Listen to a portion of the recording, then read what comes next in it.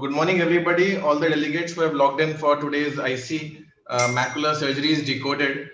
So, with the advent of various techniques and adjunct therapies in the management of posterior pole pathologies, there is no clear consensus in the standard treatment protocol. So, some people prefer a single flap, some multiple flaps, some do not do a peeling in optic disc pit, some add laser also. So, there is no clear consensus. So the course will showcase various high definition videos of routine surgical management as well as tackling complications of macular holes, foveoschisis, ONH pit, VMT, ERM, and taut posterior hyaloid. Also will be discussed the use of various adjuncts, dyes, flap maneuvering techniques in simple as well as complex cases. So the objective is to make it clear that no single technique suffices for the various surgical challenges in macular diseases, and every case has to be, customized.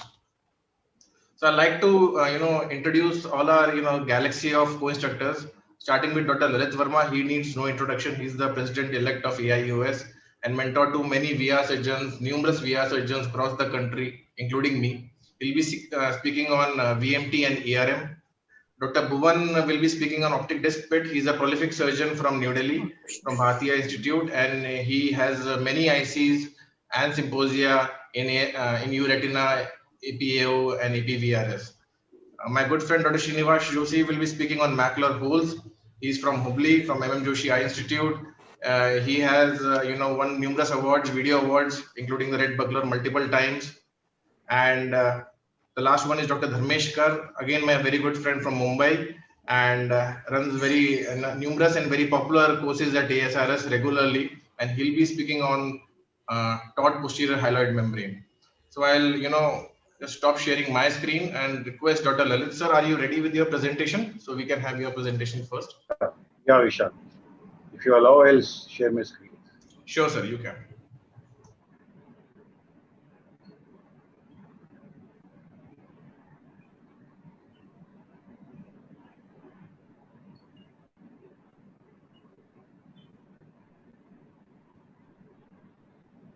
Thank you, Vishal, for having me here. You see, macular hole surgery or all the macular surgeries have seen a sea change since the time we started doing VR surgery. In fact, the initial VR surgeries when I was in RP center, we rarely used to touch macula. We just do retinal detachment surgery and come out. And all the membranes, frankly speaking, we never used to touch. So much has been the evolution. Today, macular hole surgery or ERM surgery is mouth-watering surgery. You see anybody sees, he says, I will do it, I will do it. So when I was, even a faculty starting at RP Center, macular hole surgery hardly evolved, and it used to just give B complex and come out. We are all aware of this international classification. Vishal, is all slides are visible now? Yes, sir. Everything is visible, sir. Okay. So this is the internal classification which all of us should be following. Notice is that as per this, macular hole is 250 and 400. Less than 250 is small and large is 400. By this definition, all the macular holes which I think most of us see in this country are large only or extra large. They should include something like extra large or. So coming to the topic which Vishal asked me to speak was VMT. Believe me, I'm more scared of touching a patient with VMT than of macular hole, primarily because there could be an iatrogenic issue involved in once you are doing a pure surgery of VMT, because you don't want to create a iatrogenic hole here. But the key issue is, you see, if you start doing routine OCTs of all the patients in the OPD or pre-cataract, you will find that so many patients who have VMTs. But does that mean that all patients who are OCT diagnosed VMT require intervention? Because you are making now aware of the patient that you have this pull. A lot of patients may not be aware. So most patients, maintain good visual acuity with mild or minimal kind of metamorphopsia, and therefore I do not touch them. I do not make aware of this. Some people rarely may develop a complete PVD and can have a spontaneous attachment. So this is one of my patient. Right eye, I have created macular hole surgery long time back. She's under follow-up for more than now 10 years. And you see left eye is having a VMT. The hyaloid is still not separated. So obviously I have no guts to go inside and separate and restore the anatomy because the vision is 6 by 6 and there's no complaint. So this is a story of another gentleman. He had a VMT, if you notice, multifocal attachment. In fact, this was way back, and fortunately for him, and fortunately for I think me also, that he had a spontaneous kind of PVD, and you see macular anatomy also being restored, especially in the left eye. Right eye, I think, will get restored in a couple of weeks. So, meaning thereby, VMT is a dicey kind of pathology, and I will intervene only if it is symptomatic. Patient is disturbed. Vision is not the criteria. Patient is disturbed by in his day-to-day life by metamorphopsia. And obviously, if patient is decreased vision or some other complication, then we definitely intervene. So we don't treat OCT. Just remember, we treat a human eye. So basic aim is to remove this green-colored hyaloid membrane here and remove all the traction, and the foveal contour comes back. So all of us had been doing MIVS, and somehow this injection became popular in the US, and even FDA approval it was given. But honestly speaking, this does not do wonders. This is just like injecting anything in the eye, like air or saline, which have the potential to induce PVT. And you see, it came with a big bang, but it is a very expensive injection. And with one injection, the success rate is not great. It's around 25-26%. So therefore, normally a human being will not change to another modality of intervention until unless his success rate with his established surgery is less. So therefore, it's hard to change a winning game. And winning game for us is MIVS. In MIVS, it's a relatively a simpler job. There's hardly any need for doing base resection in such patients. You just do a PVD and do vitrectomy maybe till not exactly till ora serrata, but beyond the vortex lens also. And key step is do a core vitrectomy. This video is a long time back. Therefore, you see we were not using trichot at that time. So this did work in this patient, and we could induce a nearly complete PVD by just increasing the suction and engaging the vitreous. So then came these trichot crystals, and trichot crystals had the property to get adsorbed onto the surface of the vitreous. And in case, and once this is adsorbed, you increase the suction slowly and gradually. Don't start with 600, 800.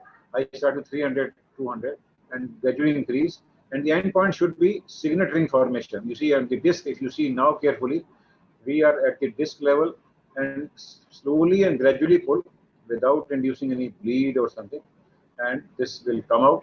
And this is generally the end point of VMTs, and this should improve. This was one patient whom we operated years and years after being diagnosed, and still the foveal contour could be restored. She was a diabetic laser, but she was always unhappy in her right eye. So simple surgery restored that. This is example of another patient, VMT, myopic patient, which was a focal attachment only, but very, very symptomatic. And after this surgery for VMT, we could restore this. Challenge comes in a situation like this. This was a middle-aged lady, symptomatic, disturbed with metamorphopsia in right eye, plus early cataract also. And this was the OCT picture. The issue was if I pull too much, I could induce a iatrogenic hole. So what is done in such situation is a foveal sparing kind of PHF peel, or what I call PHF trimming.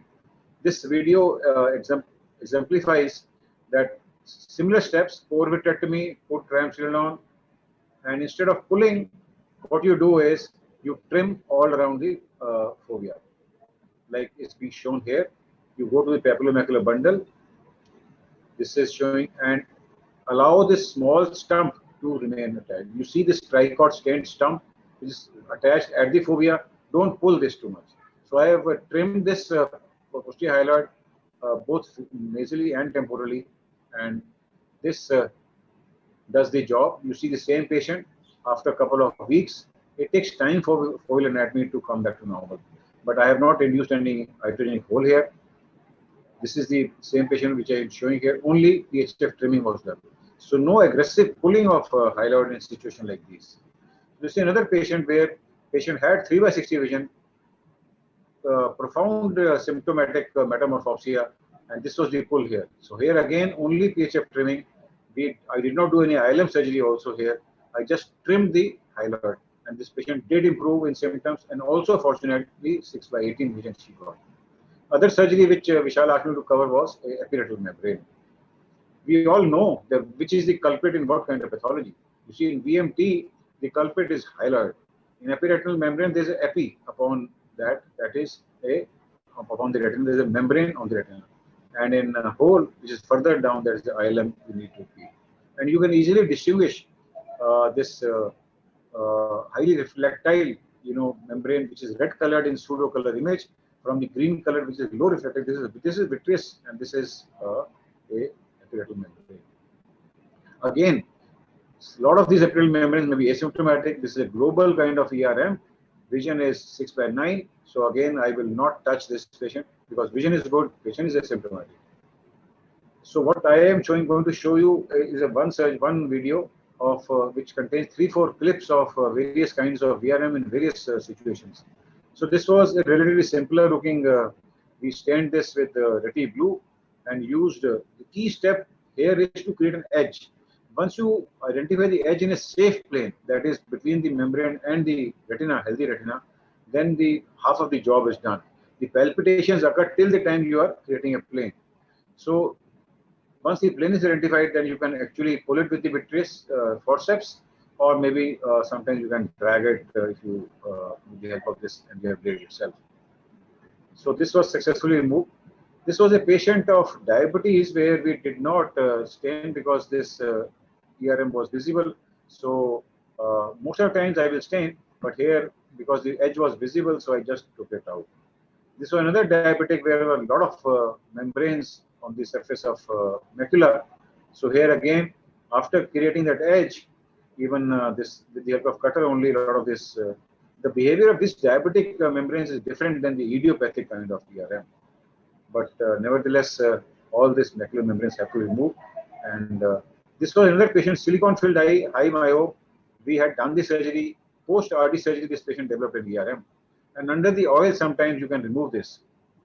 So this is after teasing with the help of 25 MVR. So we took this Eckart forceps, and under oil, sometimes only you can remove this. It may slip sometimes to identify the plane, and then this may come out. So this was post-operative ERM formation. This was a gentleman, middle-aged. He had dry ERMD along with the symptomatic ERM. So what we did was, after we removed the hyaloid with the help of tricot, I normally do air fluorescence. I'll take one more minute, Vishal, and no problem, sir. I thought it was 12 minutes here. So do an air flow exchange, and after a near complete fill with air, I will put 1 drop of Reti blue at the posterior pole and allow it to remain there for a couple of minutes. And under air only, remove this excess of Reti blue, and this is fluid is now on. And then take this MVR blade to identify the edge, and then peel off this membrane. Generally, this membrane will come in one go, one sheet itself. What you see underlying is the drusen bodies which are there, and this patient had dry ERMD. And this patient was relatively much better off after this surgery. This is the end of the surgery. This is another gentleman where we did the similar steps, where we put 1 drop Reti blue after vitrectomy. Then this membrane was different than the previous one, and it was densely adherent and was more extensive, going much beyond the arcades also. So you have to be very patient. Do not show surgical heroism by be in a hurry. Go slow, identify the edge, and go to the periphery so that this membrane comes in one go. Go to the periphery again and catch at the base. After this, go to the base of this membrane and then try to peel it in one sheet. That again go to the base, leave it, again go to the base and peel off this membrane, which is going all across superior, inferior, and this came out in a very easy. This was associated with retinal detachment. This patient had a young patient, secondary reg RD, but extensive epiretinal membrane there, stained in a similar fashion and removed in a similar fashion. I left this cord-like structure here, which was calcific and did not come out in this patient. I just had to trim this. So this is the last video here. where I'm following similar steps which I had shown before. After vitrectomy, air fluid exchange, and put this Retiblue dye there. Retiblue is different than Trepan blue. It has higher concentration of Trepan blue, and then put this drop. The only difference here was that this membrane was very densely stuck. So I was always, very apprehensive that I may not create a hole, because it was a global kind of ERM. Identifying edge is difficult in some of these global ERMs. And you notice the retina getting tented up. You notice always your eye should be on the underlying retina, so that you do not create complications. So I went around and around and created a cauliflower like separation, and after that took this cutter actually. So I thought this may be more atraumatic rather than my pull. So with the help of cutter, I trimmed this, and ultimately this got reviewed. So this was the end of my surgery here. This is a couple of pre and post patients of epiretinal membrane. This was a triple surgery done with cataract when all the membranes removed, and results are very, very satisfying in most of these patients. ILM I try to remove in all, but I do not insist in all patients of ERM because of fear of damage to the retina. Even global trends says that ILM surgery is not necessarily to be done in all ERM patients. This is another pre-post patient.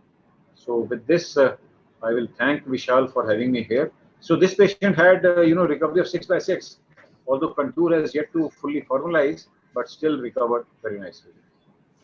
So thus to conclude, VMP surgery should be done with a caution so that you don't induce hypergenesis. ERM surgery is relatively easier comparatively if you scan it, identify the edge, and pull slowly and gradually and take out the membrane in one sheet. Thank you for your kind attention. Thank you, sir, for the excellent talk. Till Srinivas is loading his presentation, we can have a couple of questions to Dr. Lalit Verma.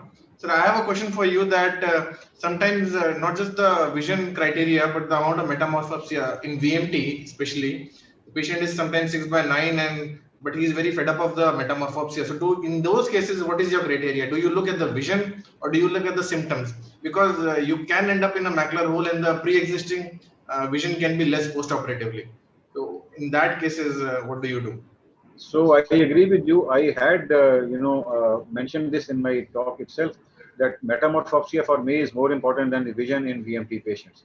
So if patient is disturbed, that his regular day-to-day work on maybe laptop or computer or his whatever profession he is disturbed, then I will operate irrespective of the vision, because these are very rewarding studies. And I agree, some of these VMTs may, have iatrogenic hold, but that's not so common so as to deter us to not go inside and relieve the patient's symptoms. You have to be cautious and careful that if you have a very tented VMT, so you go around and do a foveal sparing kind of surgery rather than pulling it, creating hole, and then doing ILM also. So I will do in patient who have 6/9 vision, as you are saying, I will do a minimalistic kind of surgery. Aim of surgery should be to relieve the traction. Aim of surgery should not be to remove all the membranes possible. So I will go, as I showed in my second video, go around and around and let that tricot stained stump remain there, and this generally helps. I have done multiple of such patients, good vision, troublesome metamorphopsia, and got benefit in that. Joshi, you can upload your video, your presentation. So what is your take? Do you operate or you? Sir, till now I have not operated 6/9, but my limit is 6/12 or less, and then I do and operate these cases. But I am really scared of the macular hole deroofing. How much I'm careful, there is always a risk for that. So a lot of these patients will go, and do medical shopping and show it to Bhuvan or Vishal, and then maybe come back, or maybe they get operated there. So these patients are worried, but if they are troubled, they will keep going to other people, and someone will definitely operate. And they end up getting their surgery down south in a 3D visualization system surgery center by Joshi. Yeah. Thank you, Srinivas, can we start here? Thank you, sir. Thank you so much. Thank you. Thank you very much. Thank you, Lalit sir. It was nice hearing to you in the morning. Respected Lalit sir, and I like to thank my big brother, Dr. Vishal Agarwal, for having me in his instruction course. Like to thank AIOS, and nice to see our senior colleagues, Dr. Dharmesh and Dr. Bhuvan as well. So let me quickly go into the macular surgeries, macular hole surgeries. There are different ways which I deal with it. Uh, so this is the first. I will start with the large macular holes other than the conventional ILM peeling. Here what we do is do it in a petalloid fashion. Just an animation video where to show that we try to peel it at least 1 or 2 disc diameters away from the macular hole and try to bring it to the center and leave it like a hinge. The advantage is even if the one hole goes off, the rest of the petals still remain. So let's look into the another surgical video. So this was the pre-op OCT, shows a large macular hole. So after staining with the BBG, this is how I do it in a multiple layered or petalloid fashion, you can call it. The advantage of this as compared to what was described by Jerzy Navroki was in their paper, they had around 14% of flap dislodgement. So with this technique, it's rarely we get any flap dislodgement because it sits one over the other. And then finally, you can do a fluid air exchange. And if the flaps are too long, you can even still trim it with the help or advance of these high speed cutters with low vacuum. And this is how it shows the post-op OCT shows type 1 MAC hole closure with a good visual improvement. And this is the next video where I have started doing it under PFCL.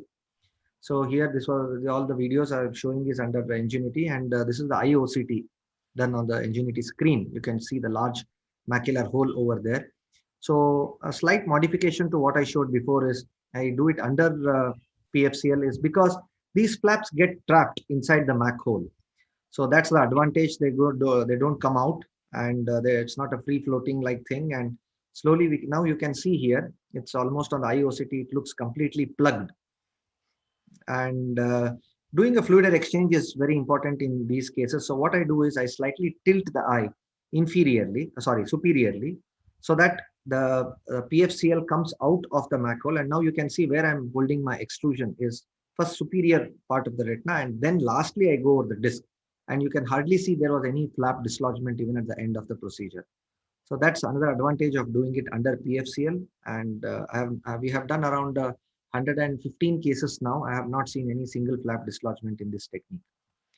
So coming to the next, once everything, and this is the pre-op and post-op of this picture, the patient had a good type 1 closure in this case. So coming to the next set of video is when the failed holes where there is no ILM at all in these cases. So what I do is first, instead of directly jumping into neurosensory graft, what I do here is try to put a viscoat and try to do an ILM transplant. So you can see here, I just put a viscoat there, and from the temporal part of the area, I just take the flap and try to stuff it inside the MAC hole. All care should be taken not to touch the RPE. Otherwise, the whole procedure will be of waste. Though there might be anatomical closure, but no visual improvement. So getting a good sheet temporally is very, very important in this technique. Otherwise, many times we have to keep pulling it. Since it was a large hole, the initial flap I thought was slightly less. So I took a little more flap and slightly try to push inside. So the viscoat, it holds it. And then so now you can see the patient, in fact, improved from 660 to 6/9 with a good anatomical improvement. So coming to the next set, I move is macular hole detachment induction. So here what I do is I learned from one of my mentor, Dr. Curtis, and Dr. Rajiv Muni has published the paper, my senior colleague from Toronto. He has published the paper in Retina.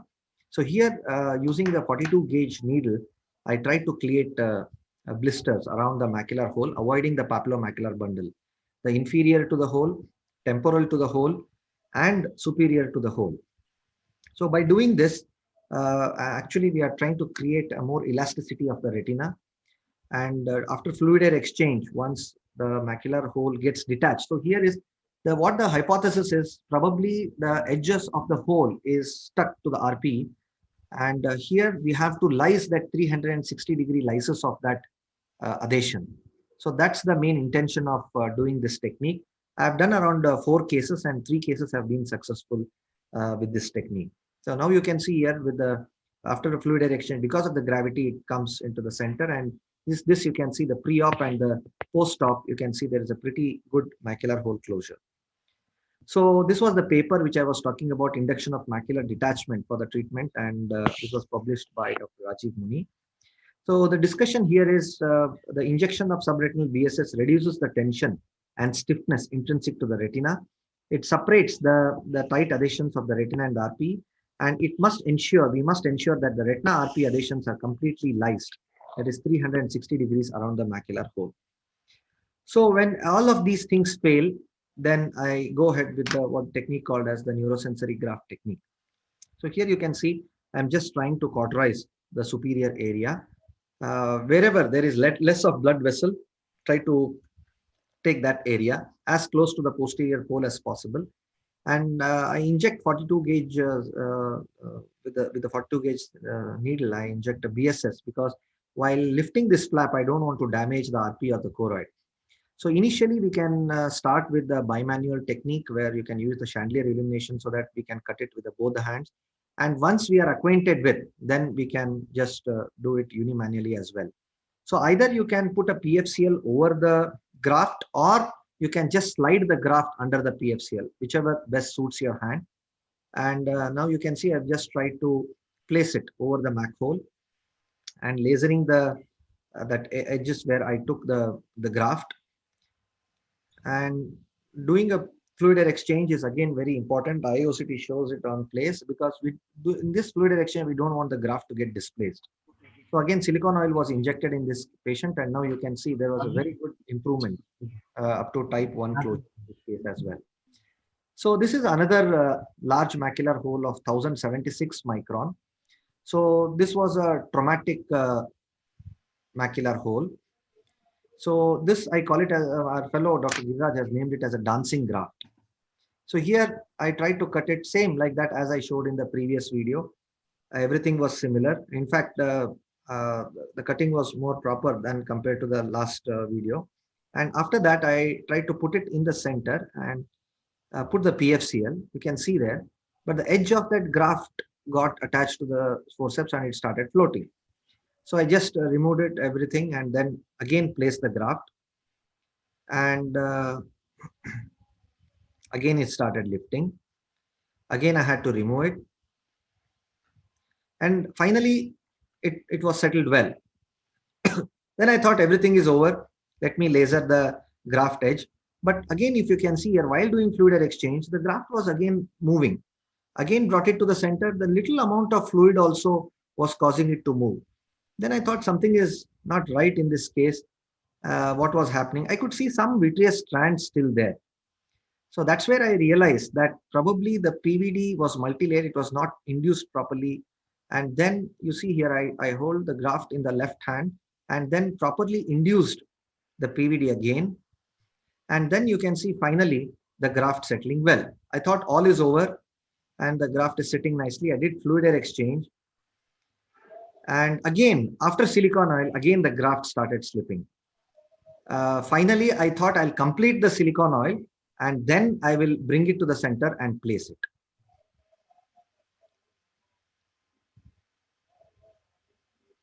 And again, I was fortunate that it was a good hole closure. This is the pre-op and the post-op photograph which showed a good hole closure. Now, this is my last video. This was the case of a policeman who got hit with the lathi accidentally while doing lathi charge in some areas. So here I did a vitrectomy. There was a nasal RD in this case. There was a small break. I just tried to cryo that break. So here I thought I could, since I'm already inside doing vitrectomy, I thought I could inject subretinal TPA in this case. So first I settled this RD and then I injected TPA. You can see here, it was like a form of a blister which was formed. And then I left it, but unfortunately the patient developed macular hole. So it was difficult for me to analyze whether it was the subsequent course of the trauma or whether my injection of TPA caused a macular hole. Nevertheless, I went ahead and I had to close this hole. And you can see the large macular hole there. And so here I started again doing a multi-layered ILM flap technique.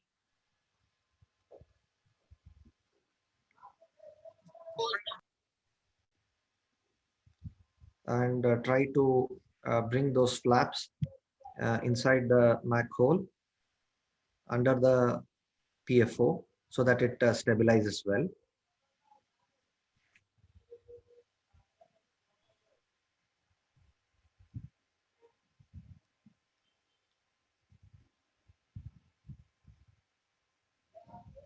Okay. So then fluid air exchange was done. Again, careful fluid air exchange is very important. And then you can see the flaps staying really well. And this is the pre-op and the post-op. And again, I was again fortunate that the macular hole closed really well, and the patient had an improvement of 6/60 in this case.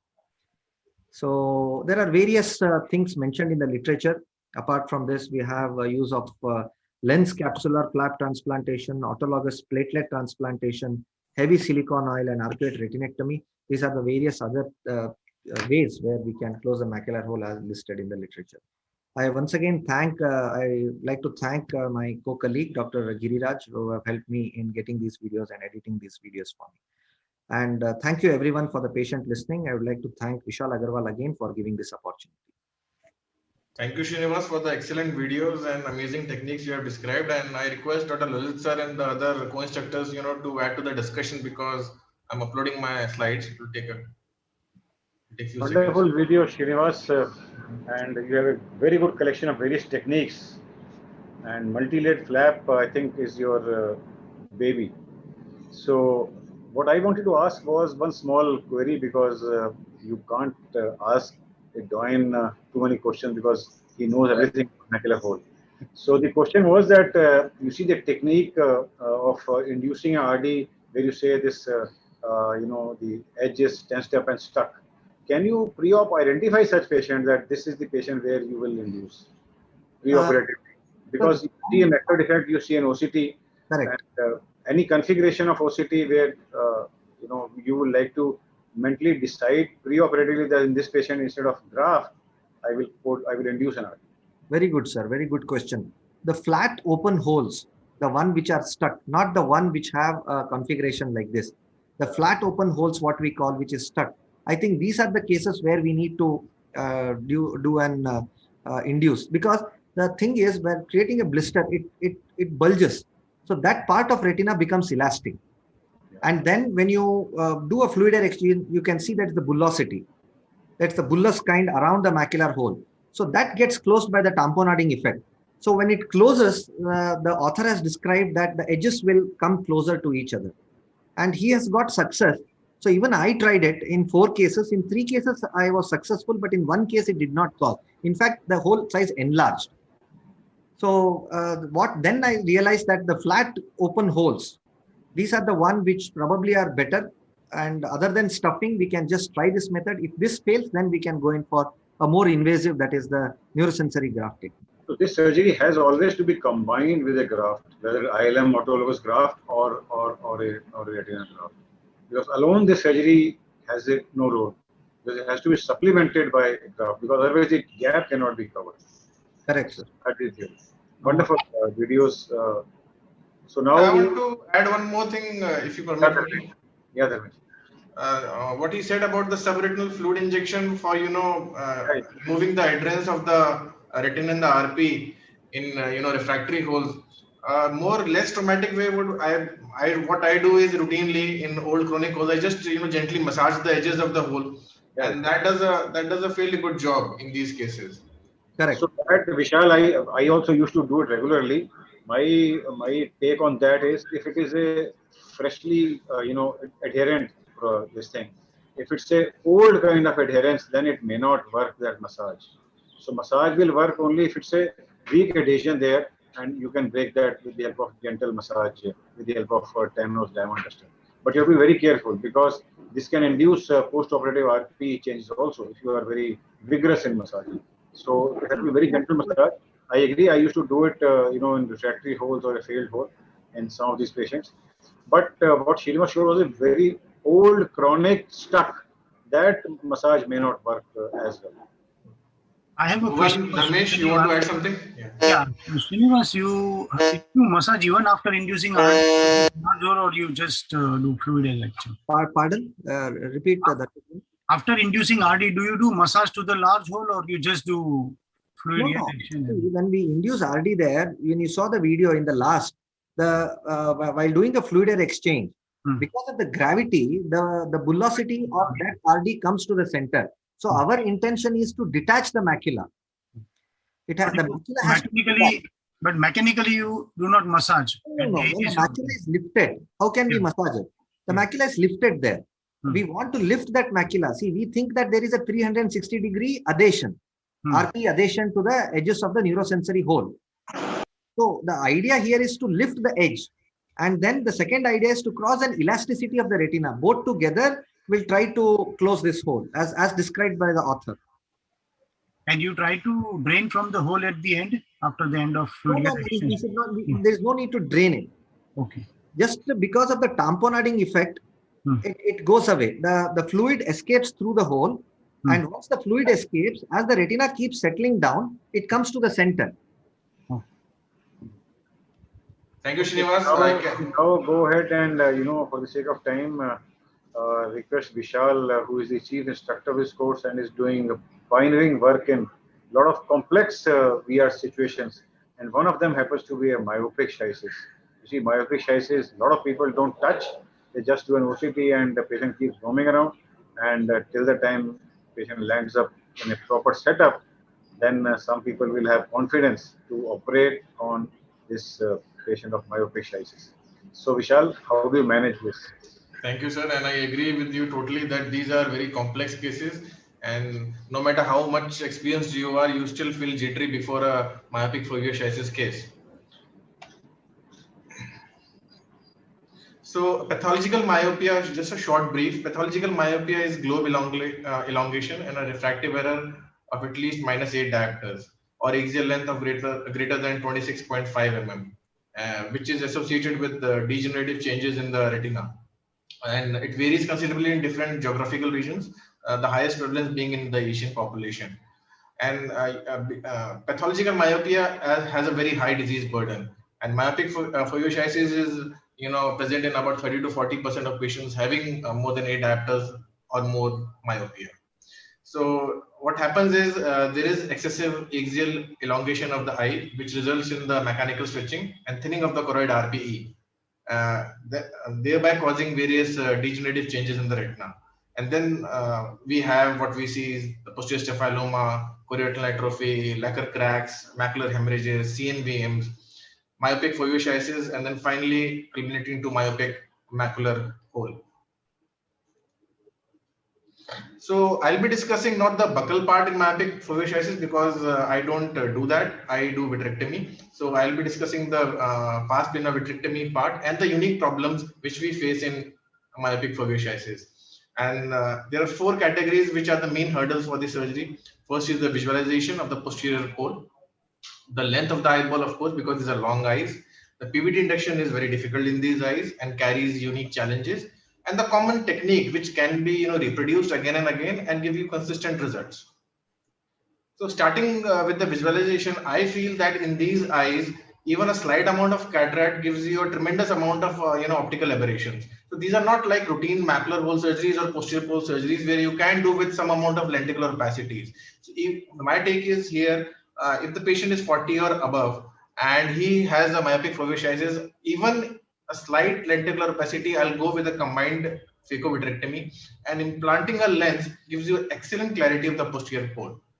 So this is a case of combined phaco-vitrectomy in a myopic foveal schisis case, and you can see the lens was not that much opaque, but still during the surgery and during the wide angle peel, you can see the posterior pole, the ILM, and these eyes have low contrast at the posterior pole, so it becomes very difficult to visualize the membranes, and lens in place, IOL in place, really helps in that.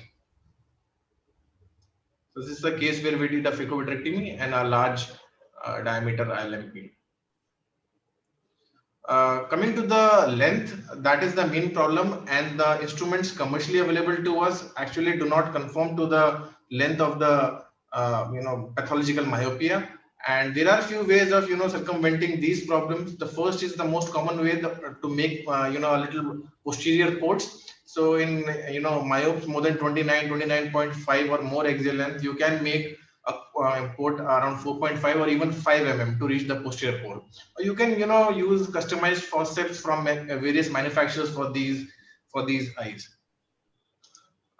This was a case of posterior staphyloma and myopic foveochiasis with posterior pole RD, and in this case, the axial length was more than 30 mmHg. And even a 5 mm, trocar cannula system from the limbus, we were not able to reach the posterior pole. And the main problem was in these eyes, when you're going that much posterior, your forceps, tends to be vertical and while holding it, and the shaft of the forceps touches the edge of the non-contact viewing system, and that distorts your view again and again. So my view here is that although I also do macular peeling most of the cases with a wide angle system, non-contact system only these days, but in some select cases like this, you should use the contact irrigating system, and that helps you a lot. It gives you a excellent magnification, excellent resolution, and the problem of touching the forceps with the non-contact viewing system is circumvented, and these cases become really simple. As you can see now, the peel is done effortlessly because of a good view and less distortion because the image is stable. So the other is you can do is that if you're ambidextrous and your right hand is not reaching, in right-handed individuals not reaching the posterior pole, you can always come make a asymmetrical ports and your left hand might reach it. And this was one case in which my right hand was not reaching the posterior pole, so I started the peeling with my left hand, and you can see I can easily reach the posterior pole and do the alum peeling comfortably. It takes some practice, but when lift the flap, and it becomes easy, and it's not very difficult as it seems to be. So that is one way of circumventing the problem of high axial length. The last point is the PVD induction. The PVD induction in these cases is very difficult, and as much as you seem to believe that PVD has been induced by pulling and injecting tricot, and there is no tricot crystals left on the surface, you'll rest assured there will be some amount of cortical vitreochiasis left, which needs to be peeled. And if not peeled, it 100% results in a recurrence or a failed surgery. So there are two ways of doing that. One way is what we described in pediatric RDs. So in that works beautifully in patients who have around 28 or 29 mm of axial length, and you do a core vitrectomy, you inject triamcinolone acetonide, and then you inject a small amount of bubble of PFCL.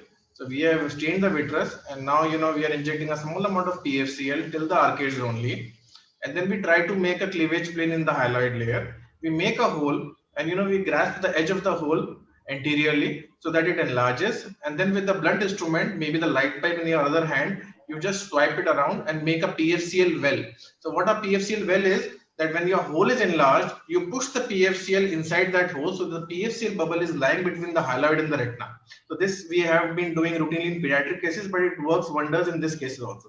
So the advantage here is that the PFCL protects the retina, underlying retina, so it's a very atraumatic procedure, and it ensures a complete PVD. It's atraumatic because once you have that edge, you can inject more PFCL and enlarge the well, and you can have a atraumatic PVD cleavage till the equator. Of course, after that you can use the cutter to extend to enlarge and extend the PVD. So this is the PFCL which has gone into the subhyaloid space and it's overlying retina, and the rest maneuvers are similar. But this technique, what I just described, does not work in high axial length, more than 30 mmHg, like in this case I'm going to describe, because what happens is when you inject PFCL, the axial length further increases if there is posterior pole fluid. So it becomes difficult, to go to the macula. So in very high axial length pathological myopias, you don't use PFCL. It will be more difficult in those cases. You just use a combination of forceps and a cutter, and be a little patient. Find the cleavage plane, like in this case, you lift it with the forceps edge, then you use moderate suction with the cutter. With a combination of these instruments, it takes a little time. You have to remove that cortical vitreous to get your posterior pole and then stain it with BBG, because without that it will not take up the stain. So these are difficult cases, and we frequently encounter, complications and re-RDs and, suboptimal closures of macular holes in these cases. One of these cases was operated somewhere else outside Jaipur and came to us with the re-RD. And what the primary diagnosis was, myopic macular hole, uh, and ended up in a RD, and we, stained it with triamcinolone acetonide. It did not take up any stain. Then we, stained it with trypan blue, and then we found a whole, sheet of precortical vitreous lying over the posterior pole, as you can see here. And then we gently peeled up all the attachments of that membrane and, removed it en masse. And the appendages were, extending to the periphery beyond the arcade, and finally we could make the retina mobile, and we injected BBG over the posterior pole after that, and injected PFCL and did some ILM peeling, and the patient did well and had no recurrence even after oil removal. So if you don't remove that, cortical vitreous, there is a 100% chance that you will end up in re-RDs or a closed macular hole or non-settlement of the foveoschisis. But even after all the maneuvers, you still, end up in type 2 closures or the non-resolving of the fluid of the posterior pole and suboptimal visual outcomes.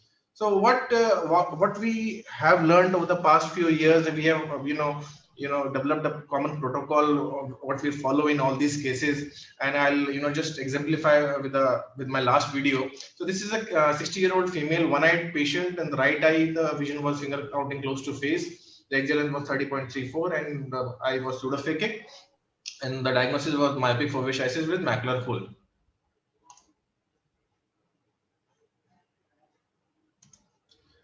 So we made the ports around 4.5 to 5 mm from the limbus, and it's a highly myopic eye. You can see the low amount of contrast of the posterior pole, and the sclera is visible. After inducing the PVD, we again make it sure, multiple staining with the triamcinolone acetonide is done, so that no amount of vitreous is left. After that, we inject trypan blue and brilliant blue to, identify any ERMs or IRM. And as you can see, some amount, because there is a posterior pole fluid and the macula is elevated, some amount of dye goes inside the retina. It's subretinal, as you can see. So there's a very simple way of removing it. You just inject a small amount of PFCL on the nasal side. Here the BBG is being injected, and a small amount of PFCL is injected on the nasal side, and then you aspirate all the trypan blue. It pushes the dye from the subretinal space, and along with that you can aspirate all the fluid also. So the posterior pole becomes flat, and it's very safe to inject PFCL then, so that it does not go subretinally. And now you start your ILM peeling or any ERM peeling along with it. So the idea here is, I'll just take a minute more. The idea here is to do a wide angle peeling, and carry on. Yeah. So the idea here is to do a wide angle peeling, and the peeling, should, approach the edge of the excavation. So if it is a small amount of peeling which suffices in routine macular holes, this will not do the job in these cases. So you have to identify the edge of the posterior pole, and you have to do a wide angle peeling which conforms to the excavation to make the retina more redundant, so that it can fall back and compensate with the high axial length. So the first, initiation of the flap making is difficult because there is no contrast. But once it's folded over itself, the ILM, then it's a simple job, because now there is a, increased view of the ILM, and then you can, pinch and grasp and, re-pinch and re-grasp and do a wide angle peeling. And here the macular hole, in these cases, I always do, as Srinivas told, a multi-layered inverted ILM peeling, which we have been doing for many years now. We started with RDs with macular hole. Now we do it in routine macular holes also, with excellent type 1 closures. So the whole peel is, extended till the excavation, which you can see is around here.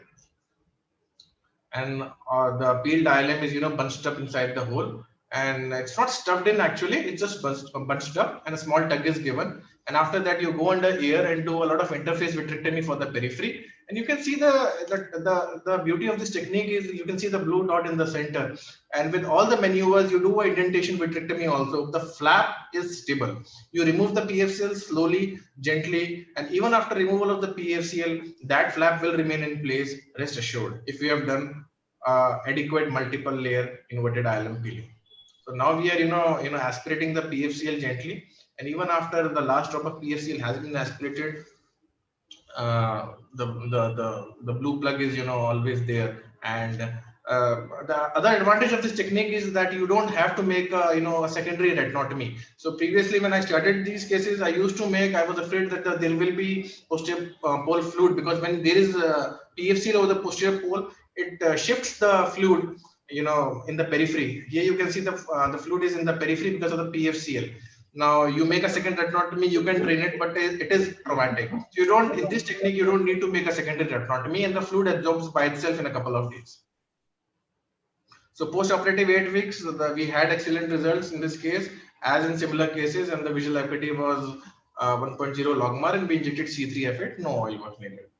So to conclude, myopic fovea with macular hole is a complex surgery with varied intraoperative surprises. So with the myopic fovea with macular hole, you do the technique which I described. It is very useful. And without macular hole, you try to avoid the macula, the fovea, because you can de-roof the thin retina. You do a fovea sparing ILM peeling. Of course, a thorough preoperative workup and planning is needed for the desired outcomes. And the various tips here are combined procedures of phaco-vitrectomy, complete PVD induction with multiple staining, and posterior ports around 4.5 to 5 mm are the key to success. Having said that, a thorough preoperative counseling with a very clear communication to the patient and their attendants about the chance of failure, late reopening of holes, and even everything has gone right, a modest improvement of vision should be done clearly. Thank you. Wonderful, Vishal. In fact, hardly any questions remaining, but for clarification, I will still, clarify some things. Because myopic schisis is not a routine surgery which people should venture into also, because it requires multiple, years of experience to master this technique. And you have given enough tips for even a routine VR surgeon to go and try and doing this, because as I said, a lot of these patients are roaming around with no one willing to touch them. One of the things which is often stressed, and you also did very nicely, is that you have to inject tricot multiple times to ensure that the last strand of the cortical vitreous is taken out. If you don't do that, it will be always a failure. And the second technique was where I don't do that is that PFCL aided vitreous separation in pediatric detachment. What you were saying here, what normally I would do is that, you see, after having a access to the sub PVD space, I take a spatula actually. I take a blunt spatula and lift it up at multiple places. That generally works, rather than, you see, I haven't tried it. In fact, I may try it, that you hold the PFCL, hold the phylloid in one hand and inject PFCL with the other in the sub PVD space. That's a wonderful way of separating this. And other thing which I think, do you operate in a flat retina or a detached retina? ILM peel. You see a lot of controversies there, that you see if there is a myopic RD also, you try to flatten that always, or you keep peeling the ILM in such. So if the amount of fluid is more and hampers my maneuvering techniques of ILM peeling, I would inject a small bubble of PFCL. But if there is no fluid or minimal fluid, I can do without PFCL also. It's not like I always use PFCL, but it helps in detachments, posterior pole detachments with a high amount of fluid. And you just displace the fluid for it to get naturally absorbed, or you aspirate, or like you said? I do not aspirate. As I said, I do not make a second retinotomy. I do not aspirate it. If you have closed the macular hole and there are no additional slit breaks in the periphery, which these cases might have, then they absorb in a couple of days. That's not a problem. That's another lesson for a lot of people, because most of the people who do under flat retina, they will make a small retinotomy or make it flatter and then comfortably do it under PFCL. Any other point? Yeah. Yes, sir. Vishal, very good videos as always. I really actually like his technique where he tries to put a PFCL and tries to induce the PVD. I tried quite a lot of times, but what happens is the PFCL overrides sometime the edge of this thing. Then it becomes a little messier. Of course, it needs a little bit of. So that's the point. If you inject a large amount of PFCL, it will always override that edge. So a small amount of PFCL bubble, just enough so that it goes inside a small hole also, is the trick. Of course, you can enlarge and refill the PFCL afterwards. It has gone inside, but initially you should start with a small bubble. Good. It suits best in your hands, and I have always admired that. Another last question is, I have seen. Can I just answer this thing? Just I wanted to add one point. Sure. One very Yeah, simple Bhuvan. thing I used to do initially is you can flatten the retina first under air through the macular hole, and then stain it with a dye, and then you can further inject PFCL, remove the air, and then go ahead for the ILM peeling. I hope you got what I'm saying. Yeah, the You can issue of Bhuvan's point is well taken, but the issue of flattening aspiration through the macular hole is not acceptable by many people. So that is the issue. Yeah. Therefore, I asked. You can achieve I would a make lot of flattening. Yeah. Okay. Carry on. So I think through the 27 gauge or 35 gauge, it is very safe. If you just come, if you can flatten the retina, you can get the minimum amount of fluid. I'm not saying you go and touch the RP. When a very minimal amount of fluid is very there, you can even stain it under air and put a PFCL bubble and then remove the air and then go ahead for the ILM peeling. Hey, I agree with all your points. Or 27 Yeah, I agree. whatever. The issue always is that every time you may not be 100% sure that you will not touch the RPE. Because in any case, you are working in routine, not a routine patient where visualization may be hampered, where the length is too much. So there may be some jerky movements. So safer, what I normally follow is minimal possible instrumentation on the macula, on the fovea. So I would agree if I would make a small retinotomy elsewhere rather than on the fovea, because visual results may get compromised. You see, I agree. Don't touch the RP is easier said than done in a lot of these patients. I agree. You see, you can remain above the hole, and sometimes aspiration may occur. But try and not be near the hole. That is the lesson I have. One last thing, Dr. Vishal. Recently, I operated a case on myopic foveoschisis. 69-year-old gentleman who had 6/12 vision, and it was like this. It was almost a full complete macular hole. Then it tempted me, because he had loss of vision from 6/6 to 6/12. So it tempted me to do a vitrectomy. I did a vitrectomy, did an ILM peeling. Post 1 month, fantastic. He had 6/6 parts vision back. I was so happy. Now in 2 months, the recurrence is so high. The schisis is so high, and his vision has lost to 6/18 to 6/24.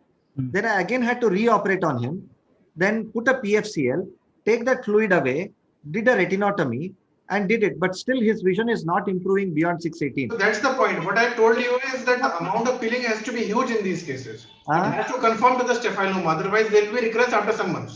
Yeah. So you have to make the retina so retendant so that it conforms to the sclera. Otherwise, it won't work. You suggest it that might work for a couple of months, but it won't work after that. No. You suggest that in staphylomatous myopic foveoschisis not to touch 6/12? Yeah. You see, ILM peel has not to be conventional ILM peel, what we say, 2 disc diameter or this thing. It has to be arcade or maybe beyond the arcade, because it has to, retina has to become so much redundant, then only it will fall back. Otherwise, it will reoccur. So I think till there is a tamponade, it will be flattened. After the tamponade absorbs, then it will again cause a recurrence. Correct. Yeah, I think let's move on to the next talk by Dr. Bhuvan, who is again a prolific rear surgeon in Delhi and does a lot of these complicated situations. And one of the complicated situations is this optic nerve pit. Again, as I said before, a lot of these patients of maculoschissis, which link off told in optic nerve pits, they move around either with misdiagnosed as CSR or what not. Somebody does laser at the temporal, somebody does surgery. But let's hear from Bhuvan. How does he manage a patient or a pit which has associated maculoschissis? Thank you, sir. You can share your slides now. And thank you, AIUS. And just for Vishal's presentation, I just wanted to add one more point. I think pathological myopia is something very difficult to manage. I agree. And just one thing which I learned from myself is sometimes it becomes also very difficult to stay in the island with brilliant 2. There is a loss of contrast. So probably you can use, I think ICG in these cases, or even tricot, they work quite good. Just to add one more point. But excellent videos, Vishal, excellent presentations by everyone. So everybody had a presentation, macular hole, VMT, which are quite common. This is not very common, but optic disc pit is something which is really very rare. We see 1 or 2 in a year or probably 3 in a year. So I think we have not, any of us have not operated a lot of optic disc pits, probably 3 or 4 in a year, or I have even operated probably once or twice, one or two cases in a year. But still, I'll try to gather my information and share what I feel at the end of the presentation, what should be done for optic disc pit. So optic disc pit, I think we all know it is a oval depression, a cavitary abnormality that is present in the optic disc, mostly present on the temporal side of the disc, but it can also be present nasally. It is usually unilateral. It can be present in 15% of the cases. It can be bilateral with equal prevalence in men and women. And it is rare. It is present in about 1 in 10,000 people. In the absence of any sequelae, many patients may remain asymptomatic. You do not have to treat it, and most of these are found incidentally. So, however, in 25 to 75% of the cases are complicated by maculopathy, that is known as optic disc pit maculopathy, in which there is presence of the subretinal fluid, intraretinal fluid, and schisis. So, in these cases, the vision usually deteriorates. Even sometimes the patient do not even know. They come to notice it that the vision is less, and then you come to know that there is a pit along with the maculopathy. So, regarding the origin of the fluid, the pathophysiology is unclear. I will discuss this at the end of my presentation. So, what is the importance of this? So either the fluid is coming from the vitreous or from the cerebrospinal fluid. So these are the two theories. I think this is very important part for the management. So as Dr. Lalit pointed out earlier, there are different strategies which are available. And before shifting to a new strategy, I think you have to be convinced that it is giving better results than your previous method. So simple laser photocoagulation of the temporal end has also been done. There may be presence of, they have injected intravitreal gas along with laser. But the treatment of choice nowadays, I think, is pars plana vitrectomy with or without gas tamponade and with or without laser photocoagulation of the optic disc margin. ILM peeling, foveal sparing island seeding, plugging of the pit with different things have also been proposed, but the role is controversial. So this is one of the initial videos till 2018, what I was doing. And then after this, all these ILM peeling and plugging, I did few cases with that technique also. So these are usually young patients. They're not like old patients and macular holes. So the vitreous, there is presence of vitroschisis. The vitreous is very tightly adherent to the underlying disc. These present in their early 20s or late 20s. So the induction of PVD is sometimes difficult. The vitreous is very tightly adherent. So you have to use Tricot in such patients. Injection of Tricots helps to stain the vitreous. And I think induction of PVD in such cases, in fact, in all of the retinal cases, is key to a successful retinal surgery. So as you can see, the vitreous is very tightly adherent to the underlying retina. Once I'm removing the vitreous, you can see the attachment. It is just moving behind. I'm just repeating this. You can see this how tightly adherent to the underlying retina. You can see the shadow. So multiple attempts you have to be done. Sometimes there's presence of vitroschisis, but once you get that opening between the retina and the vitreous, the fluid, the gush of fluid goes beneath the vitreous, then you can induce a PVD. I've also not used Vishal techniques of giving PFCL beneath in pediatric cases. So I'll not discuss that. So let us go and forward. So after induction of a PVD, completion of the PVD, in this case, I think peripheral examination is important in every case. So as you can see in this case, when I was doing a peripheral indentation examination, I could examine a localized RD also with a hole. So a good vitreous based dissection along the lattice margin was a lattice with a hole. So the whole of the lattice, the vitreous was fluid, and then I just cryoed this small hole. And so this is one of the initial days I did the surgery. So I'm doing a laser of the optic disc margin. I do 5 to 8 rows. So I just, before doing a laser, I do a laser at a different spot in the retina to see whether there is a mild burn. Then I reduce the power by about 75 to 50%. So a sub-threshold laser of about 6 to 8 spots at the temporal disc margin. And laser, the role is it seals the barrier, the communication between the pit and the underlying macula can lead to the closure of the hole. And this is followed by air fluid exchange and gas tamponade. So this was the patient. This was a preoperative patient. We can see a large subretinal fluid. There is presence of this schisis is present, intraretinal fluid. There is presence of this communication. So this was the preoperative picture. These patients usually take some time to resolve. It will take 4 to 6 months for the fluid to resolve. The chances of recurrences are there. Reported good results with this technique. So after 8 weeks, we can see the fluid is reduced. After 12 weeks, the fluid is further reduced. I don't have the pictures, but about 6 months, the patient had a vision of 6/9. At the end, the patient had a vision of 6/9 parts at the end of 6 months. The patient is still coming up to follow up. The OCT is flat. There is no fluid. There is some distortion of the contour, but the vision has improved to 6/9 parts. So then in around 2018, then the role came of ILM peeling. I think ILM peeling has become a very big fashion. And as Dr. Lalit had pointed out, ILM peeling may not be needed in all of the patients and it may not be advantageous, but still I started to do ILM peeling, a foveal sparing ILM peeling, and plugging it with the ILM in few of my cases. So I'll be showing a video.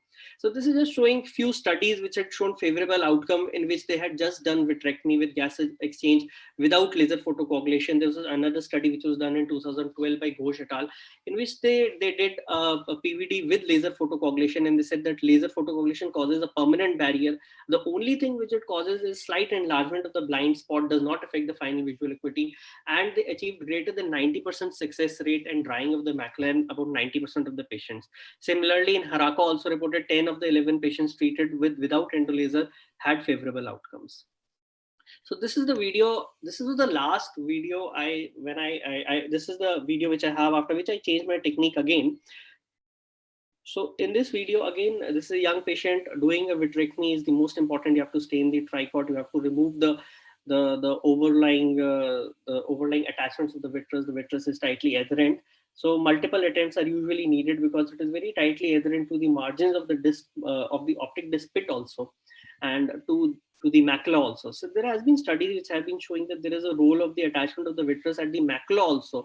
It causes mild VMT also, which causes this macular schisis. So once PVD is induced again in this patient, I decided I used to do a foveal sparing ILM peeling and remove a flap of the ILM, place it over the optic disc, and put a drop of viscoelastic over the optic disc, and then an air fluid exchange. So after the vitrectomy has been completed, the PVD has been done. So this is a foveal sparing ILM peeling was done. So as Dr. Srinivas also said, I don't do peeling under PFCL. So a petaloid technique, but a foveal sparing. So you don't have to stuff the ILM. There is no macular hole. So just a petaloid technique, do a foveal sparing ILM peeling. This was the thing. I think this was upcoming in 2016 or 17. So I decided to undergo this technique in few cases, in 3 or 4. So I had good results in about 2 patients I did before this. So this video I'm particularly showing because after doing the ILM peeling and doing lifting an ILM piece and placing it over the pit and trying to plug the pit. So after doing the ILM peeling, one of the flap from the temporal end was just lifted and it was placed over the pit and a drop of viscoelastic followed by air fluid exchange. So this was the preoperative picture. You can see there is a presence of this large subretinal fluid and macular schisis. There is a very thin area over the fovea.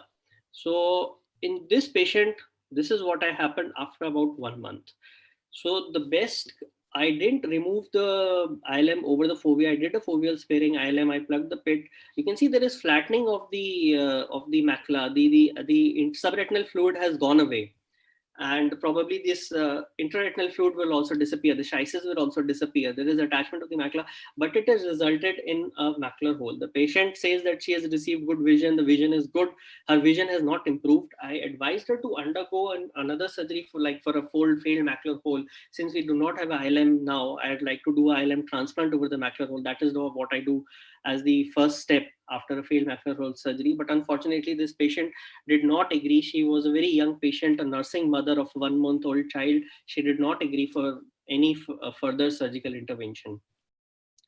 So now coming to this controversy, whether to do the ILM peeling or not. So here comes the pathophysiology. So either the vitreous or the cerebrospinal fluid is responsible for the macular detachment in such cases. So the main theory was that there was presence of vitreopapillary traction, vitreous traction around the optic disc, which is the main source of the fluid, and hence PPV has a very effective role in relieving the traction, and that is an effective treatment. But however, if the subretinal fluid is present from the subarachnoid space, then the efficacy of PPV is questionable. Then we have to stuff the hole. But we have got good results with PPV enough. So in the key success step for a successful surgery may be sealing of a pit if the fluid is coming from the subarachnoid space. So several authors have also described the inverted ILM flap, in which they just make a nasal flap and place it over the ILM, or you can plug it with ILM, which I use to, or with fibrin glue or autologous fibrin. I'll take about 1 or 2 minutes more. So covering the optic disc pit is an important barrier that prevents the fluid, and however, there is very limited literature on this. There are few case series only. Both these techniques have shown long-term good favorable results, but the role of ILM or scleral flaps I think is beneficial, according to me, only in selected cases of optic pit maculopathy. So this is just the same videos. I wanted to highlight something. So while I'm inducing a PVD, if you can see carefully, there is this attachment at the vitreous. This was the first case. You can see. So there is presence of some gliosis which is present at the optic disc. I think in such cases, once we do a good PVD induction and we relieve the traction, I think in majority of the cases, we do not require any further intervention like plugging of the pit or an ILM peeling. So this was the second case also. I want to highlight, you can see the attachment of this. There is some gliosis at the optic disc. There is presence of very dense vitropapillary adhesions at the area of the optic disc. In this case, you will just very carefully see there is also presence of dense attachments of the vitreous, not only at the margins of the pit, along the pit, but also the macula. You can see this is getting separated at the fovea. This attachment of the vitreous at the fovea, I think this is causing traction and could probably be the reason for this maculopathy in certain patients. I think the vitreous plays a very important role in these cases, as can be also highlighted in these two videos. So this was another study which was showing that in 13 eyes, 12 of the eyes benefited with PPV and endolaser with gas tamponade. So 11 eyes had a greater than 2-line vision, and 6 eyes had a vision of greater than 6/12. And it showed complete resolution in about 12 eyes in 16th month follow-up. So just putting it all together, the lack of clarity on the pathophysiology shows that there are no well-established guidelines for the treatment of optic disc maculopathy. So this plugging sometimes shows that it reduces the duration of the disease, earlier rehabilitation, but I think it is better to wait if we can get better results with a minimal invasive surgery. So the gold standard, I still think, is just PPV and PVD induction to prevent the de-roofing and complications which I just had, like a macular hole formation. ILM flap or scleral plug will be beneficial only in selected cases of optic disc maculopathy. I would recommend, if the primary surgery fails, you can probably do this ILM flap or scleral flap. And we have to do studies. No studies have been done to address the effect of the surgical trauma that is caused to the optic disc or the cytotoxicity. Like touching the RP can damage it, touching the optic disc or handling the optic disc can also cause damage to the optic disc. So none of these studies have mentioned anything about the visual field or the macular sensitivity. Whereas with laser, we have seen studies have been done which have shown mild enlargement of the blind spot, but not much difference on the final visual acuity. So just to conclude, I think with more than 90% success rate, if we have with favorable outcomes, although sometimes the foveal contour may not be absolutely achieved, the PPV with PVD induction should be the first line of treatment, and adjuvant procedures like ILM peeling, foveal sparing, closing of the pit with flaps or plugging only if the primary surgery fails. So thank you Thank you, Vishal. Bhuvan, for your excellent viewpoint on optic disc pit. I'll request Dharmesh to share his screen until we can have a couple of questions, quick questions for Dr. Bhuvan. Lalit sir. You see, I think Bhuvan has done a wonderful job, and I agree. The role of plugging of pit is very, very controversial. And what I would also agree, I am also bothered about the whether laser actually helps or not. I think PVD induction with gas they are two very well established steps. With or without laser, I think most of the patients will improve. I don't say they will work wonders, but will definitely improve. ILM stuffing and Coimbatore group reported scleral plug also. They're all fancy surgeries, good for case reports, but for long series, I don't think so. They have stood the test of time. You see, if somebody says that 90% or 95% they close with those plugs, then it is acceptable, but otherwise not. And I would agree with Bhuvan that PVD induction and vitrectomy and gas should suffice in majority, plus minus laser. Because laser is a half-hearted job what you're doing, is a sub-threshold. Whether it's working or not, I am not sure. Some people used to do pre-operative laser also before attempting surgery. So I don't I have done pre-operative also and post-operative also. Like after the gas, you see, take them on slit lamp and do it. But I think all are controversial. Best is to stick to minimalistic approach. As I said in the beginning, in macular surgeries, because macula is the seat of vision, so don't be too over enthusiastic in doing. So let's hear Dharmesh, because Ramesh, all the surgeons have described hyaloid peeling. So I think there are some taut hyaloid which nobody else can do except Dharmesh. So let's hear Dharmesh. Yeah, good morning everyone, and thanks a lot Vishal, Lalit sir, and Bhuvan and Srinivas to being together. And Lalit sir has already explained with vitreomacular interface, and we'll just discuss about posterior hyaloid membrane. My financial disclosure is a none, and with the newer OCT coming, too many things we are more and more understanding about the vitreomacular interface and adherence, and it's a taut posterior hyaloid, which is vitreoretinal interface disease, which is developed as a complication of diabetic maculopathy and or retinopathy. And we are getting more and more understanding of it. It's like a taut, thickened, shiny, glistening, hyperreflective membrane that the striation on the retina over a posterior pole.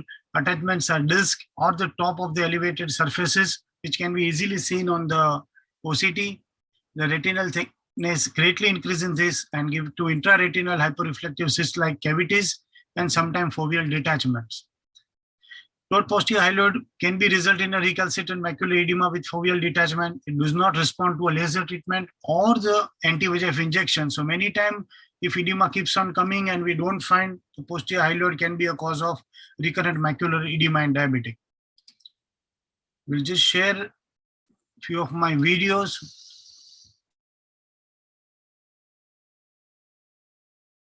Usually we use all triamcinolone to stain it.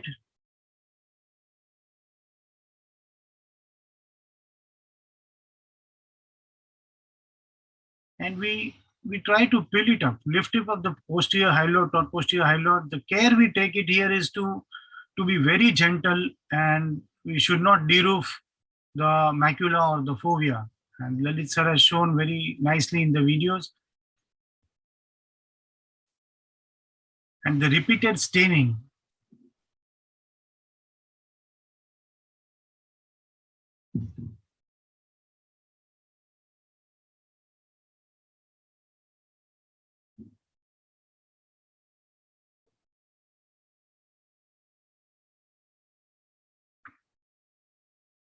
And at the end, the fluid gear exchange was done after the posterior hyaloid and ILM peeling.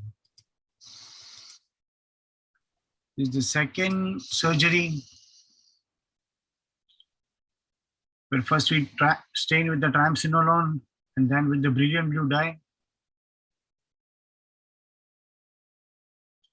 Now lifting up the edges or the finding the exact proper plane is very important, where the OCT will actually help us to find that we have to start from the nasally, temporally, superiorly, inferiorly. And once we find the edges, we can definitely lift. Sometime it come out as a, along with the ILM or the ERM, we can peel all together and we do restaining and then we complete the ILM peeling.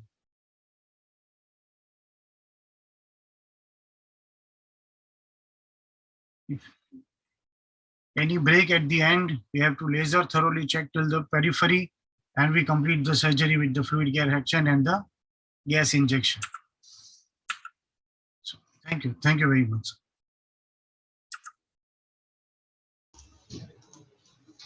Thank you, Dharmesh, for the wonderful videos and your insight on TPHM.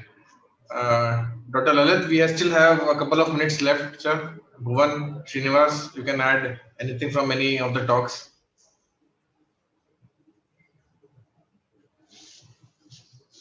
Yes, Lalit sir, first. Usually, must compliment Vishal for conceptualizing this course on macular surgery, because macula, as I said, is the seat for vision, and my approach is aggressive but calculated, because always keep patient's vision in mind. And like Bhuvan, showed one Optina pit, nursing mother, 1 month old child, and patient he advised surgery. Patient did not come back. So the private practice, you see, in contrast to a government job or this thing, is quite dicey, and patient is not forgiving. So whatever best you have to do in one surgery itself. And if you think that you will advise another surgery, patient in our country, unless he is with you, by and large he will do a lot of shopping and may not come back. So private practice mein macular surgery should be done with not a pinch of salt but lump of salt. Be aggressive but be careful so that you maximize the results. Otherwise, it is difficult. Results maximize means patient either, like Vishal was saying, if it is you're operating on 612 or 69 with metamorphosia, so be sure that either you retain 612, 69. There is no point giving him 624 with no metamorphosia and compromising vision. So choose your cases very, very carefully. And so these are patients having, comparatively good vision, 624, 636, as compared to RD patients or, diabetic vitreous hemorrhage patients. You have to be very careful with the case selection, and the prognosis has to be explained. I do. Vishal, we always explain. We always write there GVP, all those bullshit kind of stuff. The thing is, patient does not understand all this stuff. The post-op to, whether he'll be after your life, whether we explained or not. So I would advise, and I always do, have all the relatives there. Talk to relatives also. Yes, seat of vision hai. So we are going to peel this small micron membrane from the surface. Majority of the patients will improve, but sometimes it may not. So this counseling has to be done not by counselor but by doctor. No, Puneet? Yes, sir. Bilkul, correct. So counseling, just since I saw Counseling is very important. Even if in vitreoretinal surgery, I think you cannot be very aggressive in doing surgery unless you explain the prognosis and the patient understands. It's very difficult. Even if you explain the things they don't understand. No, I agree, because you see, as Bhuvan was saying, counseling, if you leave it to the counselor, cataract surgeons can take their liberty. But I don't think so. We are surgeons can take liberty. You have to explain the patient on the fundus camera that this is your game plan, what you want to achieve. And this is, statistically speaking, we may achieve this kind of anatomical result. Functional results are obviously dependent on the health of the optic nerve, health of the macula, or the perfusion of the macula. So those things are very relevant. And please talk to patient directly rather than explain leaving it to some fellow or some counselor. And even interesting point I just faced last 2 weeks back is after doing an ILM peel in a diabetic patient uncontrolled, having 6/9 vision, developed reproliferation causing macular hole. I had no ILM left. I couldn't do ILM transplant in that case. Again, I had to go ahead and do a retinal graft. And fortunately, I was lucky that he's having 6/9. He's one-eyed patient. So these reproliferations are also the things to worry when we do the primary ILM peel in the cases of diabetics. So I don't know. I tend to a lot of these post-op patients. I give a short course of intense steroid treatment because I want to kill the proliferation process once it is starting itself. I don't maintain them on steroids for a month or so. I give them bolus for few days so that the whatever reparative process has to go on. Sir, You can take care, sir. But this patient developed after 8 months. Yeah, that is. I know that. I usually, sir, end 2 or 3 drops of triamcinolone in the diabetic vitrectomies. Agree. That we deliberately leave it. You see, I deliberately leave that. So sometimes if you remove by vitrectomy all triamcinolone, we can add some drops of triamcinolone after FG. So that many authors do. Srinivas, I think we have to wind up because the speakers of the next session are waiting and looming over us large. And I thank you, all the speakers of this session for their valuable insight, and hope to meet them in person, physically, in a physical conference next year. Thank you so much, Lalit sir, Bhuvan, Dharmesh, and Srinivas. Thank you so much. Thank you, Vishal.